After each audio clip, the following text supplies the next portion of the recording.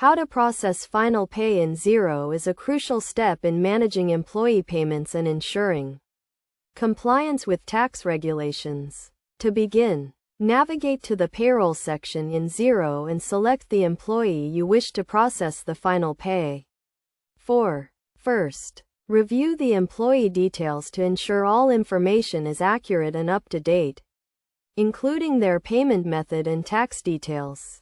Next, click on the Process Pay button and select the pay period for the final pay. In the pay processing screen, select the pay items to include in the final pay, such as unused leave and any outstanding entitlements. You can also add any additional pay items, like bonuses or allowances. It is essential to ensure that all necessary pay items are included in the final pay to avoid any potential disputes or errors. Once you have selected the pay items, click on the Calculate Pay button to calculate the final pay amount. Review the pay calculation to ensure it is accurate and includes all necessary pay items and deductions. If you need to make any adjustments, you can do so by editing the pay items or adding new ones. After reviewing the pay calculation, click on the Approve Pay button to approve the final pay.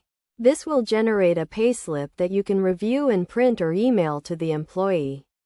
Finally, click on the Post Journal button to post the final pay to the general ledger and update the employee's records. It is crucial to keep accurate and detailed records of all payroll transactions, including final pays, to ensure compliance with tax regulations and to avoid any potential errors or disputes.